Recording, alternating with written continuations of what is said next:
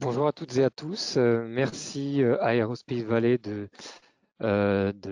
m'avoir invité. Aujourd'hui, l'objectif, c'est d'évoquer les évolutions réglementaires qui vont toucher les entreprises, notamment sur la thématique énergétique. Donc moi, je suis Christophe Barrault, directeur associé de Greenbirdie, euh, basé à Bordeaux. Nous sommes un bureau d'ingénierie spécialisé dans l'énergie et l'environnement. On intervient sur tout ce qui est économie d'énergie pour nos clients, décarbonation, bilan carbone et également développement des énergies renouvelables. Nous avons une spécificité, c'est que Greenbirdie, donc on existe depuis 2020 et depuis 20 ans, pardon, et qu'on est au comité de normalisation Énergest de l'AFNOR, donc sur tout ce qui touche la normalisation et la réglementation liée à l'énergie depuis 2012. Donc l'objectif là, c'est de vous présenter un petit peu le contexte. Donc là, on peut passer à la prochaine diapo, s'il vous plaît, qui est apparu avec la directive européenne sur l'efficacité énergétique depuis 2012, avec l'apparition d'obligations pour les grandes entreprises, donc les entreprises de plus de 250 salariés ou 50 millions d'euros de chiffre d'affaires, à réaliser des audits énergétiques tous les 4 ans. Donc ça depuis 2015, qui a été complété pour les entreprises de plus de 500 salariés par des obligations de bilan carbone.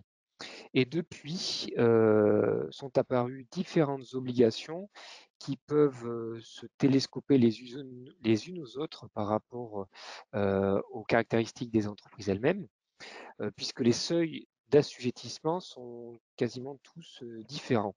En l'occurrence, depuis, avec la loi Elan est paru le décret tertiaire qui oblige les entreprises, quelle que soit leur activité, à réaliser des économies d'énergie en fonction de la surface des locaux d'usage tertiaire, par exemple, donc plus de 1000 m². Est apparu ensuite le décret BAX en lien avec le décret tertiaire, avec une obligation de mise en place d'une gestion technique du bâtiment. La réglementation environnementale 2020 qui a remplacé la réglementation thermique 2012 pour tous les locaux neufs, tous les bâtiments neufs qui nécessitent un permis de construire. La loi APER, la loi pour l'accélération de la production des énergies renouvelables, notamment qui oblige la construction d'ombrières de parking sur des parkings de plus de 1500 m², parkings existants ou neufs. La loi climat résilience qui oblige les locaux de plus de 500 m², notamment, à construire des centrales photovoltaïques sur 30% de la surface équivalente ou de la végétalisation. La loi LOM sur la loi d'orientation des mobilités qui impose un certain niveau de bornes de recharge de véhicules électriques par rapport à des places de parking. Et la CCRD, donc la directive européenne sur la RSE, dont on parlera un petit peu après. La diapo suivante permet de se focaliser justement sur la révision en cours des obligations d'audit énergétique dont je parlais précédemment, puisque cette obligation, donc liée à la refonte à la directive européenne sur l'efficacité énergétique de 2012, a été traduite dans la loi française à travers la loi DADU, qui signifie disposition d'adaptation au droit de l'Union européenne, qui est en application depuis 2015, avec, comme je l'expliquais, une obligation de faire des audits énergétiques en fonction de la taille des entreprises, obligation tous les 4 ans de renouveler ces audits énergétiques, qui peut être exemptée si l'entreprise assujettie est certifiée selon un système de management de l'énergie ISO 50001.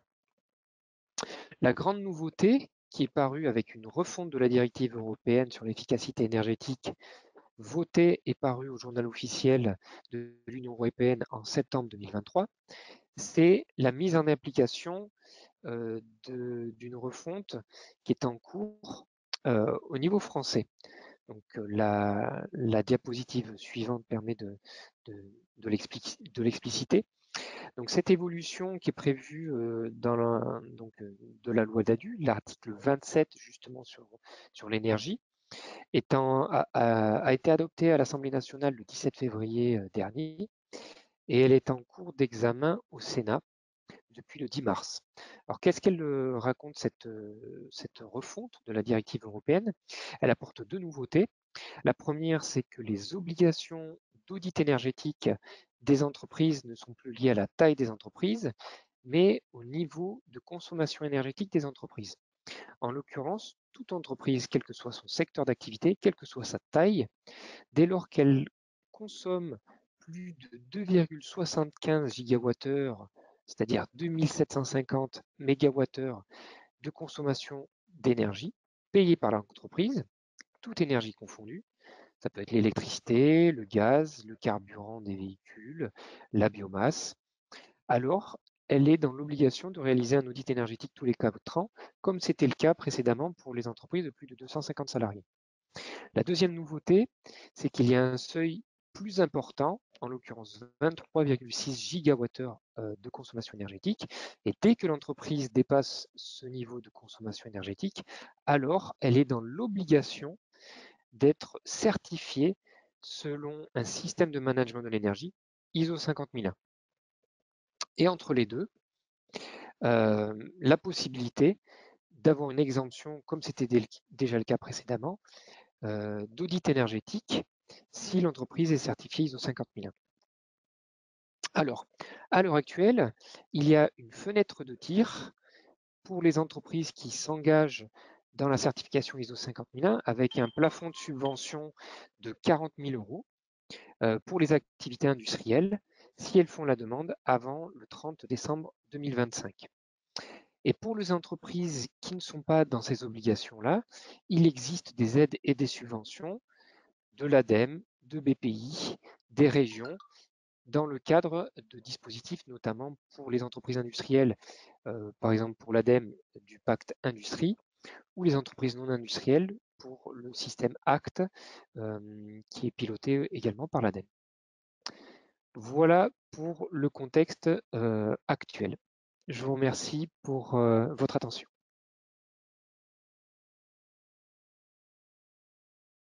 Merci Christophe. Donc je me présente, Adrien Demarest, je suis consultant carbone et CSRD chez Taycare. Donc Taycare, on est un cabinet de conseil basé à Toulouse et on accompagne les entreprises dans leur stratégie de décarbonation, donc avec la partie conseil et une plateforme SaaS qui permet de piloter ces émissions de gaz à effet de serre. Et on accompagne aussi les entreprises sur la partie CSRD, et c'est ce dont on va parler aujourd'hui. Parce qu'il y a eu récemment un projet de loi nommé Omnibus qui a été présenté et proposé par la Commission européenne et qui vient réviser, ou du moins apporter des propositions de modification à la CSRD, qui est la directive de reporting de durabilité qui a été mis en place à partir de 2023. Et donc, la Commission européenne a proposé deux changements principaux. Le premier changement principal, qui va être voté à très court terme, là, à partir du 1er avril, il va passer en commission, c'est la proposition du report de 2 ans du délai d'application de la CSRD. Donc, c'est-à-dire que toutes les entreprises qui sont concernées à partir de 2026 sur les données 2025, elles seraient potentiellement concernées uniquement à partir de 2028 sur les données 2027. Donc, toutes les entreprises qu'on appelle de la vague 2 et 3, donc la majorité d'entre vous, ne seraient plus concernées à partir de l'année prochaine, mais avec un report de 2 ans. Donc cette proposition va être votée très rapidement, comme je l'ai dit. Et dans le délai, donc dans ce délai de 2 ans, la Commission se donne le temps d'amender et de légiférer sur la deuxième proposition d'Omnibus, qui, elle, vient réviser les seuils d'application et le fond aussi de la CSRD. Et donc dans cette deuxième proposition de loi, qui sera étudiée par le Parlement européen d'ici les 2 ans, seules les entreprises de plus de 1000 salariés seraient concernées si elles dépassent également plus de 50 millions d'euros de chiffre d'affaires ou 25 millions d'euros de bilan, alors qu'aujourd'hui, ce sont les entreprises qui dépassent 2 des 3 seuils de 150 salariés, 50 millions d'euros de chiffre d'affaires et ou 25 millions d'euros de bilan. Donc là, il y aurait un seuil vraiment à 1000 salariés. Donc toutes les entreprises qui dépassent 1000 salariés seraient concernées par la CSRD et toutes celles qui sont en dessous de 1000 salariés ne seraient plus concernées par la CSRD. Donc ça permettrait d'exclure un très grand nombre, plus de 80% des entreprises. On passerait de plus de 50 000 entreprises à moins de 7 000 entreprises concernées par la CSRD. et avec des modifications aussi des seuils pour les entreprises des pays tiers, avec un relèvement des seuils pour les entreprises extra-européennes. La Commission propose aussi d'enlever toute la partie collecte de données auprès de la chaîne de valeur, avec un allègement assez conséquent pour ne pas sursolliciter les PME de la chaîne de valeur des grosses entreprises concernées par cette CSRD. L'assurance, en tout cas l'audit de la CSRD, qui à la base était un audit limité et qui devait passer à un audit raisonnable, donc qui demandait beaucoup plus de travail de la part des auditeurs, cet audit il va rester sur une assurance limitée. Donc aujourd'hui, là, si vous avez des contrats d'audit, si vous avez déjà signé, il va falloir voilà, bien le revoir pour être sûr que c'est bien aligné avec potentiellement cette revue de la CSRD. Le maintien de la double matérialité. Donc ça, il n'y a rien qui bouge entre les deux propositions. Et la Commission a proposé aussi de supprimer les normes sectorielles, donc de rester vraiment sur le périmètre qu'on connaît aujourd'hui. Et à côté de ça, la Commission européenne pousse pour que toutes les entreprises qui ont été exclues du scope réalisent la VSME, donc c'est la version volontaire de la CSRD, qui elle est beaucoup plus allégée, donc qui ne serait plus obligatoire, mais en tout cas, ça serait un document unique pour toutes les entreprises qui permettrait d'harmoniser, mais qui ne serait pas obligatoire, mais qui serait quand même beaucoup plus allégé. Et donc, comme il y a des fortes attentes de parties prenantes, c'est quand même quelque chose qui est poussé par la Commission européenne de faire cette VSME, donc cette version volontaire pour les entreprises qui ont été exclues du scope. Et comment est-ce que cette directive est transposée? Sur la slide d'après, on a parlé de la loi DADU tout à l'heure. Donc la loi DADU, ça vaut aussi pour la CSRD et l'omnibus, et pour la partie réglementaire BGS, donc bilan de gaz à effet de serre. Aujourd'hui, toutes les entreprises qui ont moins de 500 salariés ne sont pas obligées de faire un bilan de gaz à effet de serre réglementaire, et toutes celles qui ont plus de 500 salariés sont obligées de réaliser un bilan de gaz à effet de serre réglementaire.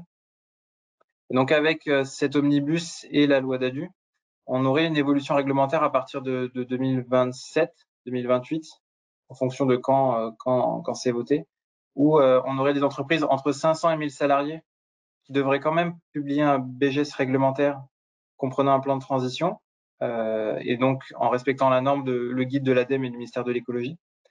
Et par contre, toutes les entreprises qui ont plus de 1000 salariés auraient l'obligation, n'auraient plus à faire ce BGS réglementaire, mais par contre, comme elles sont soumises à la CSRD, elles devraient produire un rapport de durabilité de la CSRD avec le volet E1 climat, l'obligation de réaliser un bilan de gaz à effet de serre, notamment avec la norme GG Protocol.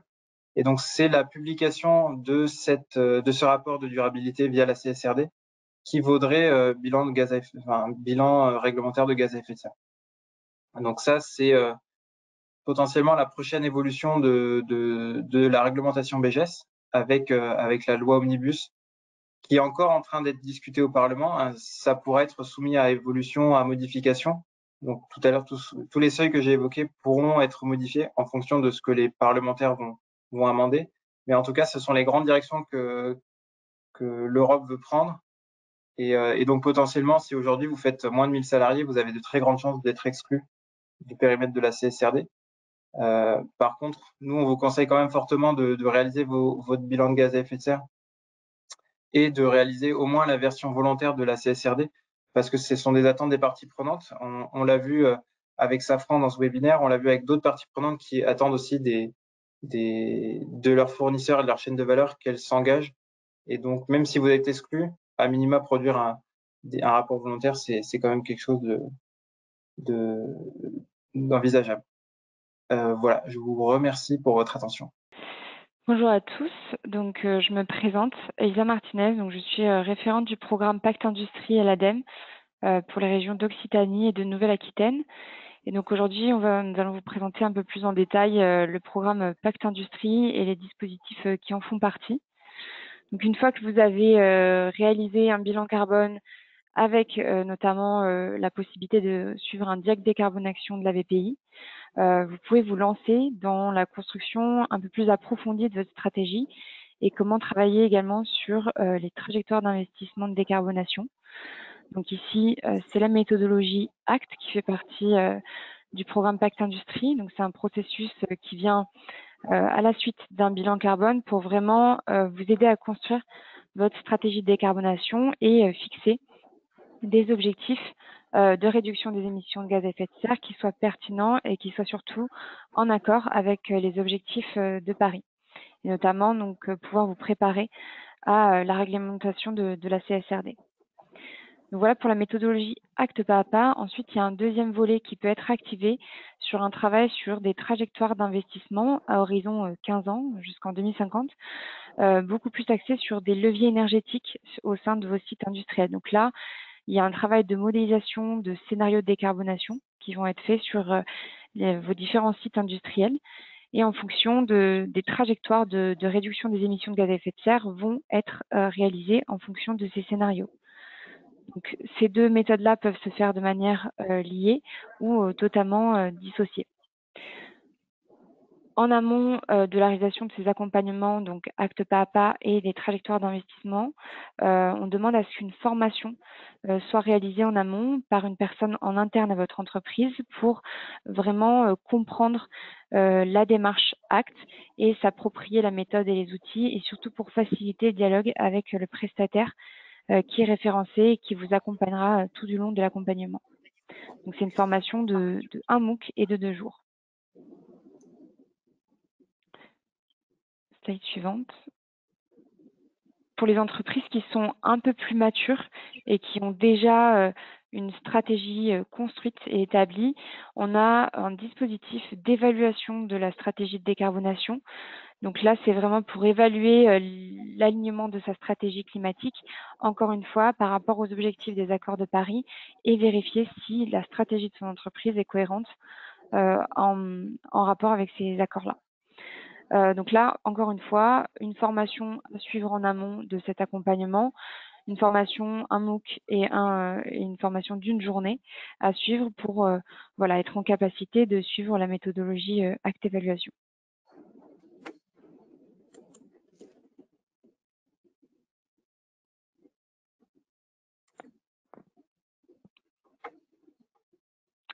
Et donc, on a vraiment voulu faire cette présentation sous un format de parcours de la décarbonation. Encore une fois, quand vous avez passé ces étapes de diagnostic, que vous avez fait un état des lieux de vos consommations, la prochaine étape, ça peut être de faire monter en compétence vos équipes. Donc là, vous avez la formation ProRéfI pour construire donc, une stratégie de management de l'énergie. Donc, c'est une formation qui est un peu plus ciblée pour des profils de référents énergétiques, puisque c'est une formation qui va vraiment vous permettre de structurer votre management de l'énergie au sein de votre site industriel. Donc, c'est une formation qui se déroule en 3 étapes. On a en premier un MOOC, un e-learning à suivre en ligne qui reprend voilà, tous les fondamentaux de l'efficacité énergétique en industrie. Ensuite, on a un stage de 2 jours en présentiel qui est vraiment là pour voilà, approfondir, comprendre la mise en œuvre d'un management de l'énergie, identifier les différents axes d'action à mettre en place pour travailler sur son efficacité énergétique. Et ensuite, la formation se termine par un coaching individuel où le bureau d'études référencé se rend directement sur place, sur votre site, pour mettre en place notamment les actions concrètes qui ont été identifiées pendant le stage de 2 jours. À la suite de cette formation, donc dans le programme Pacte Industrie, il y a également une étude d'opportunité d'évolution du mix énergétique. Donc là, c'est vraiment une étude qui permet d'avoir une vision 360, une vision exhaustive en fait des solutions de décarbonation de votre mix énergétique qui soit compatible techniquement aussi avec vos procédés et qui permet de faire une analyse de différentes solutions, donc que ce soit de la mise en place d'énergies renouvelables, de la géothermie, de la biomasse, de la récupération de chaleur fatale. On fait vraiment un tour 360 de ces différentes solutions et voir lesquelles sont applicables au sein de votre site industriel. Cette étude-là, elle peut être combinée à un audit énergétique non réglementaire en amont, Donc, on a un format d'études combinées sous une durée de 3 mois qui peut être réalisé, donc, puisque c'est un prérequis. Pour réaliser cette étude d'opportunité énergétique, il faut avoir un audit énergétique en amont. Et donc, vous avez la possibilité de réaliser cette étude combinée d'un seul coup.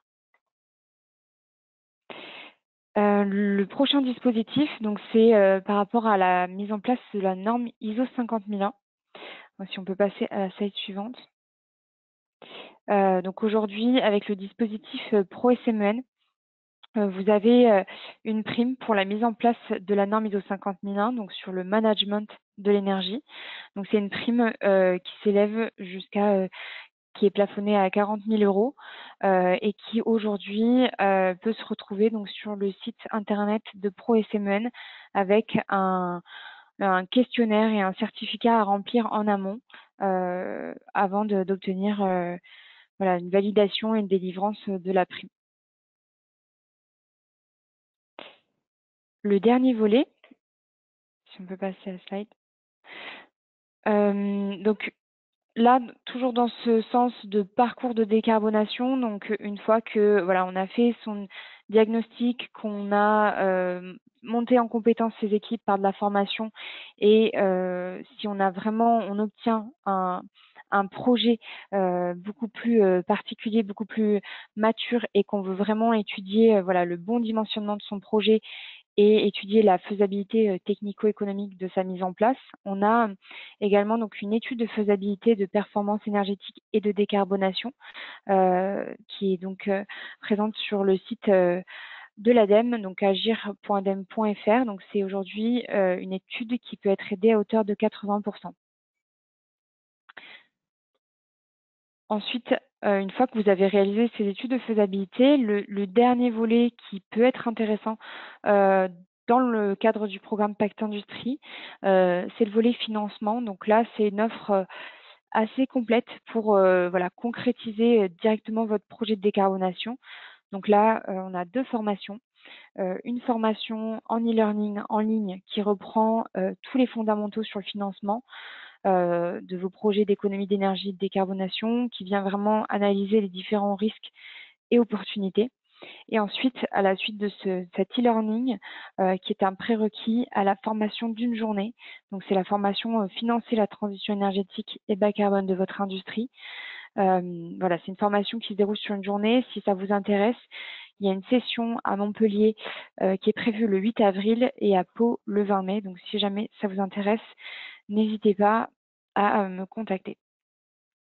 Et à la suite de ces formations-là, donc il y a des coachings sur des projets d'investissement. Donc là, c'est un coaching 100% personnalisé où c'est un bureau d'études, encore une fois, qui est référencé dans le cadre de Pacte Industrie, qui vous accompagne précisément sur un projet d'investissement. Pour finir, donc les modalités de prise en charge du programme.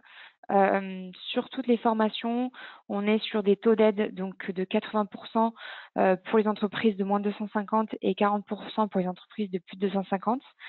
Pour la formation ProRéféi, on est sur un taux d'aide de 70% pour les entreprises de moins de 250 salariés. Et aujourd'hui, il n'y a plus d'aide dans le cadre de la formation ProRéféi pour les entreprises qui dépassent 250 salariés. Donc ici, à droite, vous avez donc les assiettes éligibles, vous avez les coûts de ces différentes formations. Et pour les accompagnements, donc on est sur des taux d'aide qui vont de 60% pour les ETI, grands groupes, 70% pour les PME, jusqu'à 80% pour les TPE, avec encore une fois différentes assiettes éligibles, donc les différents coûts de ces prestations-là qui sont affichés à droite dans le tableau. Et pour finir, la certification, donc la prime à la mise en place de la norme ISO 50001, c'est une aide qui est plafonnée à 40 000 € avec un taux d'aide qui peut aller jusqu'à 20% des dépenses énergétiques annuelles en fonction des sites qui sont bénéficiaires de la prime. Voilà dans le cadre du programme Pacte Industrie. Donc ici, on vous a remis le site internet du programme où vous pouvez retrouver toutes les informations. La liste des codes NAF éligibles à l'obtention des aides dans le cadre de ce programme Pacte Industrie qui est dédié aux entreprises qui ont une activité industrielle. Et pour finir, vous avez également la liste des consultants, donc des prestataires qui sont référencés et habilités à réaliser les accompagnements présents dans le programme. Si jamais vous êtes intéressé par ces accompagnements, il y a également une possibilité de suivre ces accompagnements sous la forme d'opération collective. C'est la slide d'après. Donc voilà, c'est l'ouverture de l'appel à projet du dispositif Acte et Pacte Industrie. Donc là, voilà, si vous êtes intéressé par ces accompagnements, mais que vous ne souhaitez pas vous lancer toute seule dans les démarches, vous pouvez créer ou rejoindre une opération collective. Donc aujourd'hui, dans cet appel à projet, il y a 2 relèves, une en avril et une en juillet. Donc c'est une opération collective qui a pour objectif de regrouper donc minimum de 10 entreprises dans des accompagnements. Ça peut être une opération qui peut être portée par soit des collectivités, des grandes entreprises, associations, banques, investisseurs, fédérations, coopératives, centres techniques ou également par des bureaux d'études.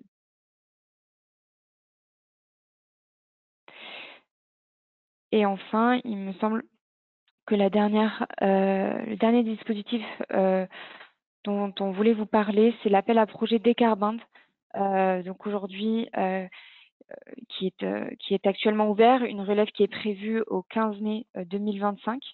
Donc là, c'est un appel à projet qui est beaucoup plus ciblé pour des projets qui sont assez matures industriellement, ou en tout cas qui doivent répondre à 4 thématiques différentes, donc en fonction des travaux d'efficacité énergétique, de la modification du mix énergétique, de la modification du mix matière, ou alors du travail sur du captage de CO2 ou stockage de CO2. Donc voilà, c'est un dispositif qui est ouvert pour toute entreprise. Les seules conditions, les critères d'éligibilité, c'est des investissements supérieurs à 3 millions d'euros et qui atteignent un minimum de 1000 tonnes de CO2 évitées.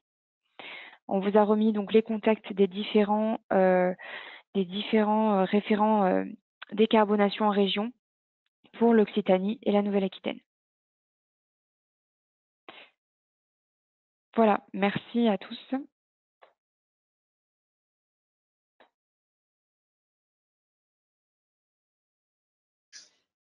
Bonjour, je m'appelle Estelle Magnin, je suis la responsable qualité et environnement de CIRTEM. CIRTEM est une entreprise spécialisée en électronique de puissance qui développe et fabrique des convertisseurs de puissance. C'est une entreprise qui, depuis sa création en 1988, a une forte conscience environnementale et qui propose des solutions globales de gestion optimisée de flux d'énergie. Et dans le cadre de cette conscience environnementale, privilégie l'achat local, les mobilités douces, le recyclage. Et donc CIRTEM s'est demandé ce qu'elle pouvait faire de plus, où est-ce qu'elle en était, et c'est pour ça qu'elle a lancé ce diagnostic décarbonation. C'était l'occasion pour nous de faire un point. Alors, quels sont les points d'attention avant de se lancer dans ce diagnostic? Il faut savoir que c'est consommateur d'informations. Et il faut se poser la question, est-ce que ces informations existent dans l'entreprise? Sous quelle forme? Il faut être conscient de l'effort à faire pour obtenir ces informations et obtenir l'adhésion de l'ensemble de l'entreprise à cette collecte d'informations. En termes de déroulé, c'est très cadré par le dispositif. Et ça, c'est vraiment un point fort. Ça démarre par une formation, sensibilisation au changement climatique et notamment aux effets des gaz à effet de serre. Ça permet aux collaborateurs de l'entreprise de comprendre les enjeux et d'adhérer au diagnostic. Pour CIRTEM, on y a fait participer l'ensemble de l'entreprise. Ensuite, il y a une phase de recueil de données. Bon, c'est là qu'il faut plonger dans l'ERP, que quand les données ne sont pas dans l'ERP, moi, ça a nécessité que je pèse beaucoup de choses. Et puis, ces données recueillies sont rentrées dans un outil de calcul qui dépend de l'entreprise accompagnatrice. Donc, il faut bien savoir que derrière, on va dépendre de cette entreprise-là si on veut poursuivre sur sa stratégie bas carbone et faire plusieurs bilans carbone. Ensuite, il y a une analyse et une présentation du bilan qui est faite par l'entreprise accompagnatrice et elle nous aide à établir un plan d'action à partir des points qui sont les plus consommateurs de carbone, de gaz à effet de serre plus généralement. Le livrable est encore là très calé par le dispositif et c'est également un point fort. Il y a un rappel des enjeux climatiques, la méthodologie, les résultats détaillés et le plan d'action. Il y a également une synthèse communicante qui est intéressante et toutes les extractions réglementaires au format Excel. Il faut savoir qu'à la fin, il y a une obligation de publication sur le site ADEME. Pour CIRTEM, la suite après ce bilan carbone, ça a été de faire le diagnostic d'éco-conception pour comprendre là plus quels étaient les impacts de nos produits sur la partie réellement du produit en lui-même. Donc, le bilan carbone, lui, adresse l'ensemble de l'entreprise. Elle regarde le fonctionnement de l'entreprise complet. Le diag éco-conception se concentre sur un produit de l'entreprise tout au long de son cycle de vie. Donc, par rapport au diag décarbonation qui montrait que l'endroit où c'était le plus fort pour nous, c'était nos intrants, on a pu voir que dans nos intrants, au niveau de nos produits, c'était l'aluminium qui était le plus consommateur de gaz à effet de serre, qui avait l'impact le plus important en termes de gaz à effet de serre. On a également bénéficié d'une aide de l'ADEME pour une étude de faisabilité d'un produit de chauffage et climatisation basé sur la géothermie. CIRTEM est en train de faire construire de nouveaux locaux dont on va prendre livraison dans un mois. Et on souhaitait avoir également un système de chauffage et climatisation qui soit le moins impactant possible. Et pour nous, la géothermie, c'était une solution naturelle. Il faut savoir que pour savoir si ce dispositif de géothermie va fonctionner, il faut faire un test de réponse thermique du sol pour voir si les échanges thermiques entre la sonde d'eau et le sol vont se faire correctement. Si le sol pourra capturer de la chaleur ou restituer de la chaleur de manière à permettre au système de fonctionner. Pour faire ce test de réponse thermique, il faut l'aide d'un bureau d'études techniques en chauffage et climatisation qui va, lui, faire toute la partie technique. Et il faut bien entendu implanter une sonde géothermique. Donc, il faut une société, un foreur, qui va implanter cette sonde géothermique. Ensuite, il y a réalisation du test en lui-même, puis analyse des résultats du test pour voir si le sol s'y prête ou pas. Donc, concernant le test de réponse thermique, le TRT, la somme complète du bureau d'études a été prise en charge par l'ADEME et un petit peu moins au niveau de la sonde en elle-même, puisque cette sonde est destinée à être réutilisée dans le système global. Donc, il y a eu 100% des études, 23% du forage, ce qui nous a fait une couverture de coût de 65%. Ben, la suite, après, ça a été d'installer ce système et on a encore là été supporté par l'ADEME. Alors, autant sur l'étude de faisabilité, c'est très cadré et avec le support d'un bureau d'études techniques, ça se déroule très bien. Autant la partie installation, le remplissage du dossier, c'était beaucoup moins lisible car dans le même dossier, il y a tous les types de chauffage et climatisation subventionnés qui sont contenus.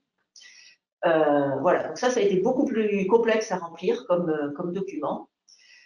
Après, on a dû faire face aux coupures des subventions qui sont survenues en août et qui ont repris en 2025. Et ce que l'on a obtenu en termes de subventions n'était pas tout à fait à la hauteur de ce que l'on attendait, puisqu'on avait 300 000 euros, à peu près un peu moins de 300 000 euros de dépenses éligibles et on a eu une aide de 58 000 quand on pouvait espérer 150 000 attendus. Bon, ça a été lié aux restrictions budgétaires qui sont survenues sur la fin de l'année. Voilà, donc moi, il me semble que le diag décarbonation et l'analyse de cycle de vie sont des incontournables pour savoir où on en est et où on va. Bonjour à tous, merci pour cette invitation. Pénélope Burgot, je suis responsable RSE et transition écologique au sein du groupe Satis Aerospace et je vais vous parler du programme Acte pas à pas que l'on a suivi il y a 2 ans de ça. Donc déjà, Satis Aerospace, c'est un groupe dans l'aéronautique qui est en charge notamment de la protection des surfaces, de l'étanchéité et de la peinture pièces élémentaires jusqu'à l'avion complet.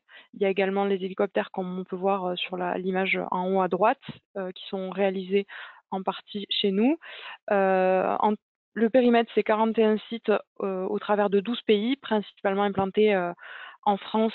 Le siège social est basé à Blagnac. Il y a au total 2000 employés, un chiffre d'affaires 2024 à 194 millions d'euros, et puis 900 avions peints pour l'année dernière. Donc d'abord, je voulais vous présenter les motivations qui ont fait naître notre stratégie décarbonation transition énergétique, puisqu'on a débuté par des actions orientées énergie, puisque ça représentait le plus grosse part de notre bilan carbone. Et ensuite, on a voulu aller plus loin avec une stratégie décarbonation et donc une démarche acte pas à pas. Donc pourquoi on s'est lancé sur ces sujets-là? Donc d'abord pour répondre à l'urgence climatique, on en est conscient comme tout le monde, c'est une nécessité pour les entreprises d'inclure ce volet climat dans la gouvernance. Aussi puisqu'il y a une forte attente des acteurs de la filière aéronautique et puis également de nos actionnaires sur ces sujets-là. On répond à de plus en plus de questionnaires RSE, climat, etc. Et donc, c'est une opportunité pour nous de pouvoir se structurer, accélérer, répondre donc à ces attentes et aussi réduire les coûts qui sont liés à cette consommation d'énergie notamment. Si je devais partager quelques points d'intention avant de se lancer dans ce type de démarche d'accompagnement, c'est vraiment de pouvoir utiliser cet accompagnement pour faire un état des lieux de l'existant et pas foncer vers des solutions qui nous paraissent logiques mais qui parfois sont pas forcément à fort impact. Et donc c'est vraiment l'intérêt de cette démarche-là, de pouvoir dégager les principaux postes d'émission et puis aussi surtout de pouvoir impliquer toutes les strates de l'entreprise, que ce soit le comité de direction, le top management, les processus et les salariés dans cette démarche de décarbonation. Donc cette méthode, elle a été réalisée à peu près sur une année parce que notamment sur la partie bilan carbone, on avait du mal à récupérer l'ensemble des données puisque voilà, France et étrangers, on n'avait pas forcément des indicateurs sur tous les postes à mesurer et donc ça a pris un petit peu de temps, mais donc l'accompagnement, ça peut durer un peu moins d'une année, ça dépend vraiment du contexte de l'entreprise. Les étapes clés, il y en avait 5. La première, donc, c'était revue de l'existant, réalisation du bilan carbone, ensuite la définition d'objectifs et de notre ambition en fonction d'un benchmark sectoriel qui a été réalisé, un calcul de la trajectoire énergétique et carbone. Ensuite, il y a une réalisation d'une revue des actions existantes et à venir via cet outil acte pas à pas, un fichier où on vient noter un certain nombre de critères et ça nous fait un état des lieux de où on va et vers où on veut aller. Ensuite, il y a eu la co-construction d'un plan de transition énergie, d'abord basé donc sur la France. Il y a eu des audits énergétiques sites qui ont été réalisés pour les plus consommateurs, l'identification et le chiffrage des améliorations potentielles, et puis la construction d'une feuille de route. Et puis ensuite, pour aller plus loin, il y a eu aussi également la co-construction d'un plan de décarbonation, cette fois-ci pas à échelle France, mais échelle monde, pour court, moyen et long terme, définir nos objectifs, les moyens à mobiliser et pouvoir vérifier qu'on va les atteindre. Donc en termes de livrables, ça a été d'avoir cette trajectoire et cette roadmap à horizon court, moyen et long terme jusqu'à 2050. Pouvoir aussi chiffrer les coûts que ça allait nécessiter et les gains associés pour les projets notamment énergétiques. Un exemple d'action qui a été réalisé, c'est par exemple la rénovation de cabines de peinture sur plusieurs sites qui nous a permis de pouvoir avoir un contrôle plus précis de la température, l'hygrométrie, qu'elle soit davantage isolée, améliorer le rendement des équipements type brûleur, ventilation Et ça, c'est une petite victoire puisqu'on a pu réduire la consommation de ces cabines-là de 26% d'un point de vue électrique et 55% sur la partie gaz. Et donc, c'est une des actions qui est en cours de généralisation sur les autres sites de l'entreprise. Si je devais clôturer sur les opportunités que cette démarche peut apporter, donc déjà, il y a forcément la réponse aux motivations que j'ai citées plus haut, l'atténuation au changement climatique, réponse partie prenante, réduire les coûts. Mais il y en a beaucoup d'autres, en mon sens, qui ont vraiment porté ses fruits chez Satis. C'est à la fois pouvoir continuer d'innover et notamment en incluant dans l'innovation ce volet carbone, de pouvoir continuer d'être compétitif, d'embarquer l'ensemble des services et processus. Ça, j'en ai parlé, c'est vraiment une étape clé de pouvoir fédérer autour de ce sujet et faire prendre conscience et que ça infuse aux différentes strates de l'entreprise. Et puis aussi pouvoir avoir des billes pour échanger avec le service financier sur notamment les moyens à débloquer et à mettre en place pour atteindre ces ambitions carbone et climat qui sont importantes. Et puis là, la prochaine étape, ça va être de pouvoir arriver à un plan d'adaptation au changement climatique. C'est un des prochains projets de l'entreprise Satis. Merci à vous.